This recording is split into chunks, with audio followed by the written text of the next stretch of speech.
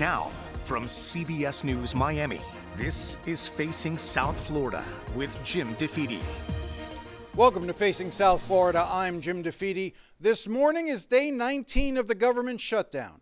And in a few minutes, I will have an exclusive interview with the Democratic leader of the U.S. House of Representatives, Congressman Hakeem Jeffries, from the great borough of Brooklyn. But before we get to him, I want to spend some time outlining the central issue in this fight between Democrats and Republicans, and that's over extending the subsidies for the Affordable Care Act, also known as Obamacare. No other state in the country has more to lose in this fight than Florida, and specifically South Florida. It's important to remember that when President Obama signed the Affordable Care Act on March 23, 2010, roughly 50 million Americans, nearly 1 in 5, did not have health insurance. They were not poor enough to be on Medicaid, but not rich enough to be able to afford insurance on their own. Many were being excluded for a variety of reasons. The Affordable Care Act changed that. Insurance companies could no longer refuse to cover you because of a pre-existing condition, and they couldn't drop your coverage because you got sick. They also were prevented from placing limits on how much coverage you could receive over your lifetime. But the big change was allowing people to buy insurance in a marketplace that gave them tax subsidies to help pay for those policies. Here was how President Obama explained it back in 2010. Health insurance exchanges will be created, a competitive marketplace where uninsured people and small businesses will finally be able to purchase affordable quality insurance. They will be able to be part of a big pool and get the same good deal that members of Congress get. That's what's going to happen under this reform. And when this exchange is up and running, millions of people will get tax breaks to help them afford coverage, which represents the largest middle-class tax cut for health care in history. That's what this reform's about. Democrats would argue it worked. By 2016, the number of people without health insurance in the United States was cut in half, with some 24 million Americans receiving health care through those marketplaces. And nowhere has Obamacare been more popular than here in Florida. Florida has more people enrolled under the Affordable Care Act than any other state in the nation. Nearly 5 million people in Florida have health insurance through the ACA.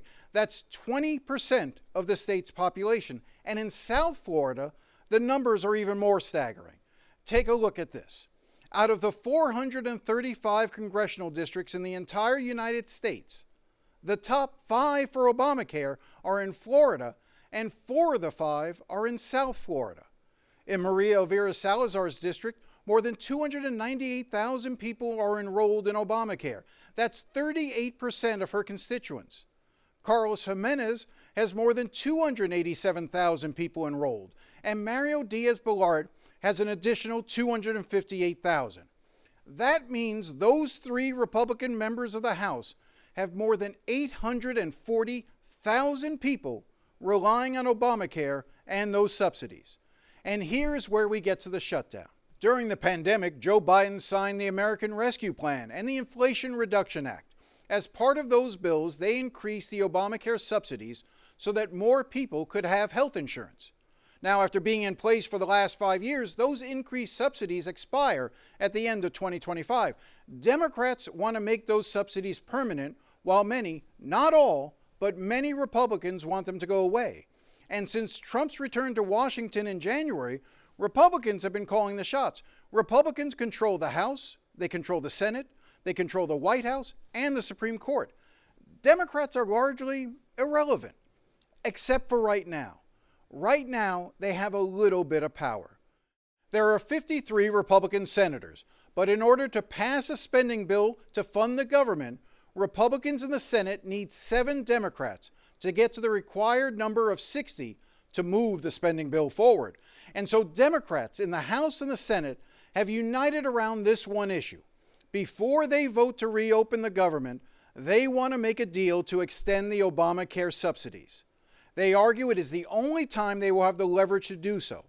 And what happens if those subsidies are not extended? What happens to the insurance rates? Let's take a look. In Congressional District 26, represented by Mario Diaz-Balart, a 60-year-old couple with a combined income of $85,000 a year will see their health insurance increase from $602 a month to $2,754 a month. That's a 357% increase. In Congressional District 27, represented by Maria Elvira Salazar, it's the same story, same numbers. Their health insurance will increase by more than $2,100 a month. Over the course of a year, that's more than an additional $25,000 they will have to pay for their health insurance. And in Congressional District 28, represented by Carlos Jimenez, the cost for that 60-year-old couple will jump from $602 a month to $2,907 a month. That's an increase of 383%. On Thursday, Jimenez appeared on CNN and was asked by Wolf Blitzer about the impact of losing those subsidies. Are you comfortable with health care costs skyrocketing right now to millions of Americans without those subsidies? Well, look, this is something that the Democrats created when they actually implemented those subsidies. They're the ones that created this endpoint, this cliff, for lack of a better word.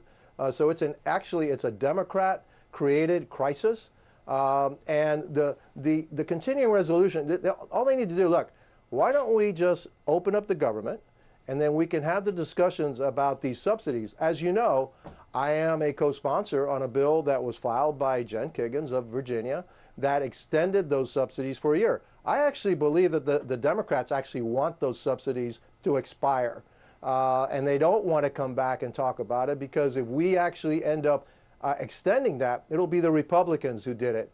This is a crisis created by the Democrats some years ago when they actually created the subsidies to begin with. Democrats point out that when Jimenez says he wants to extend the subsidies for a year, what he's really saying is he wants to keep them in place through next year's election, and then once he's reelected, then the subsidies can go away. Salazar seems more open to keeping the subsidies in place, which is understandable because remember, she has the #1 congressional district in the country on Obamacare. Here she was last month on Meet the Press. If you like Obamacare, you keep Obamacare. And if we're helping you because you need it, my district needs that help, and I'm more than willing to continue giving with the subsidies continued. We have to study it. Let's see what we're voting on. But I do know that I'm not taking health care away from anybody. Or the affordability for it. Of course. While Salazar may be the most vulnerable Republican in South Florida, Mario Diaz-Balart is certainly the safest. Here he was last Sunday talking to NBC6's Jackie Nesbroll. What it does prove is that the Obamacare that was supposed to lower rates, keep rates really, really low and make it accessible to anybody and everybody, was an absolute lie, a sad joke to the American people. It's worth noting Diaz-Balart voted against Obamacare in 2010. He voted to repeal it in 2011. He voted again to get rid of it in 2017, and all of this even though more than 250,000 people in his district rely on those subsidies so they can have health insurance. And in a way, that is one of the reasons Democrats admit they have struggled in Florida. They have not been able to connect Republican policies in Washington to the impact of those policies here in South Florida. The fact that Mario Diaz-Balart can trash Obamacare, call it a joke, even though so many voters in his district rely on it, shows that disconnect. Which is why having Hakeem Jeffries, the Democratic leader of the U.S. House, sit for an interview with me is so interesting. Florida is a red state, but Jeffries is willing to take the fight over the shutdown to South Florida because South Florida is ground zero in this battle. We spoke early Thursday evening. There are hundreds of thousands of people in South Florida who are at risk of seeing their premiums, copays, and deductibles skyrocket by thousands of dollars a year in ways that will make it unaffordable for them to be able to go see a doctor if the Affordable Care Act tax credits are allowed to expire. Unfortunately, Republicans like Representative Jimenez, Representative Salazar, and Representative Diaz-Balart refuse to sit down to negotiate an extension of the Affordable Care Act tax credits, and they have no interest in addressing the health care crisis that they've created. We are ready, willing, and able to sit down in a bipartisan way to reopen the government, to enact a spending agreement that makes life better for the people of Florida and beyond, but that also deals with this health care crisis that is central to the quality of life of the American people in an environment where the cost of living in Florida and throughout America is already too high. Grocery prices are too high. Electricity bills are skyrocketing. Housing costs are too high. The cost of insurance is unaffordable generally. And now the availability of health care is at risk because of the Republican refusal to extend the Affordable Care Act tax credits. Well, the Republicans would argue that they're willing to have a negotiation, but only after the government is reopened. So it becomes almost a chicken and egg issue here. You know, Democrats say they want the negotiations to take place now during the shutdown. Republicans are arguing that they are happy to have negotiations on extending those tax credits, those tax benefits for the ACA, the subsidies, but only after the government is reopened. Why not reopen the government if basically the Obamacare subsidies don't expire until the end of the year?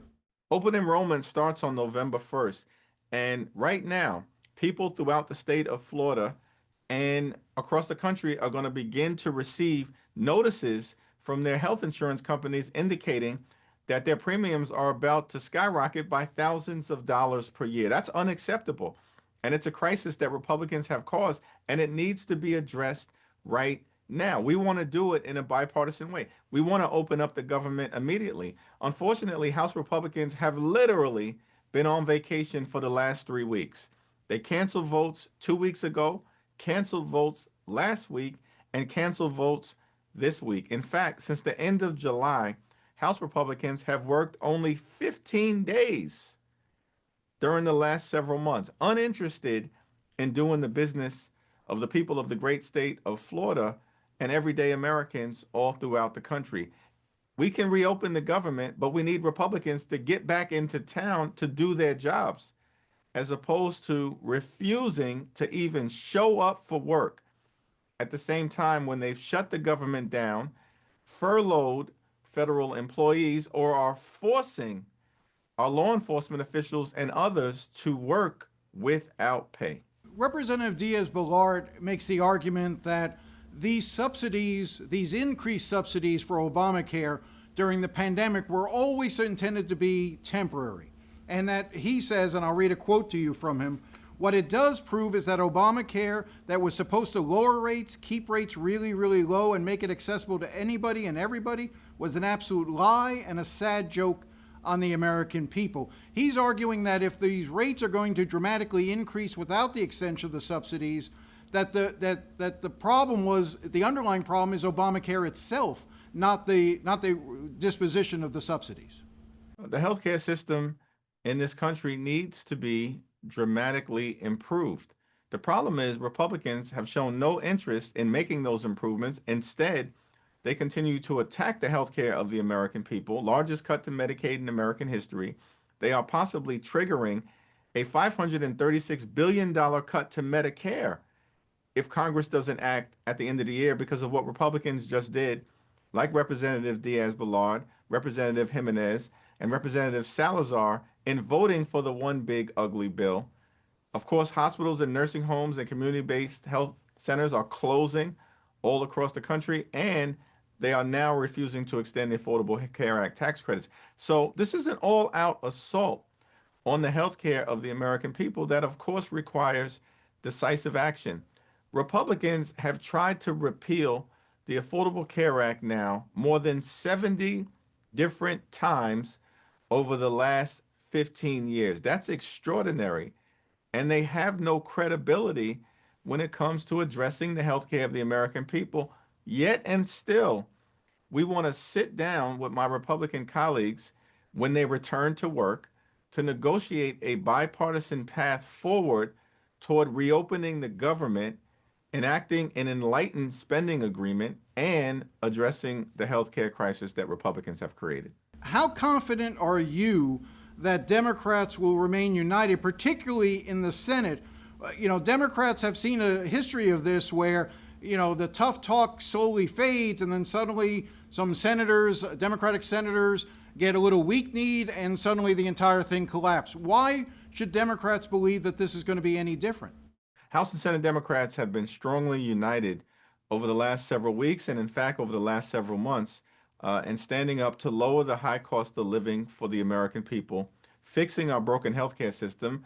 And we also, of course, know that we've got to clean up corruption in Washington, D.C. I met earlier with Leader Chuck Schumer, thanked him and Senate Democrats for continuing to stand strong in their defense of the quality of life of the American people. And that's what's driving us right now. That's what unifies us, because this is a fight on behalf of working class Americans, middle class Americans, older Americans, and everyday Americans. When we come back, more of my conversation with Hakeem Jeffries as I ask him about President Trump's plans for Venezuela. Are these legitimate targets, or is he potentially driving us into a war that I'm convinced most Americans do not want to see happen? Stay with us.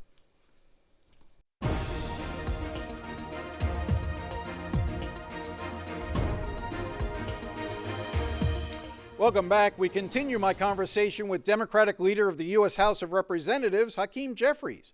I ask, of all the issues Democrats could have decided to fight over, the mass firings, the use of federal troops in cities, the alleged abuses by ICE, why draw the line on health care? Well, it's important for us to push back on a whole range of issues, including the Trump tariffs, which are increasing the cost of living for people all across the country by thousands of dollars per year.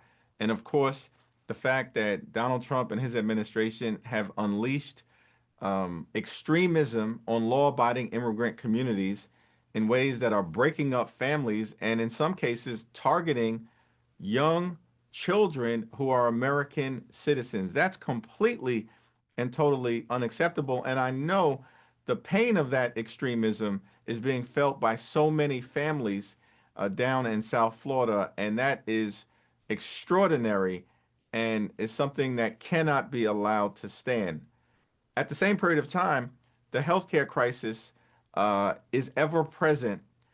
It's overwhelming the American people, and dealing with the expiration of the Affordable Care Act tax credits has to be addressed with the fierce urgency of now, which is why we have raised the issue as something that requires immediate action. I did want to raise one other issue with you because it's a critical issue. It's sort of local for us, even though it's an international issue, dealing with Venezuela. We see the president's aggressive actions in terms of striking boats off the coast of Venezuela. We now learn that he's also authorized lethal force by the CIA inside of Venezuela. How do you view this right now, and what role is Congress supposed to be playing in terms of being briefed? I know you're part of the Gang of Eight, so you should be receiving those briefings. I don't know if you are, but give me your overall impression of what's happening right now between the United States and Venezuela. Well, it's incredibly important that Donald Trump brief members of Congress so that we can stay in close touch with the people across America that we're privileged to represent. That is the role of the United States Congress. And unfortunately, what we've seen from Donald Trump and his administration continues to be a go it alone, my way or the highway approach. We have called for the administration to brief the Congress immediately. It's my expectation that that should happen sooner rather than later so that we can be fully informed about Donald Trump's intentions, what he's been doing. Are these legitimate targets, or is he potentially driving us into a war that I'm convinced most Americans do not want to see happen? Mr. Leader, I appreciate your time, and I don't mean to catch off guard, but literally while we were sitting here talking, it appears that John Bolton has been indicted by a grand jury. I realize you don't know the facts surrounding that case, but this is now the third indictment against perceived enemies of the president. Do you have a general reaction that you want to share?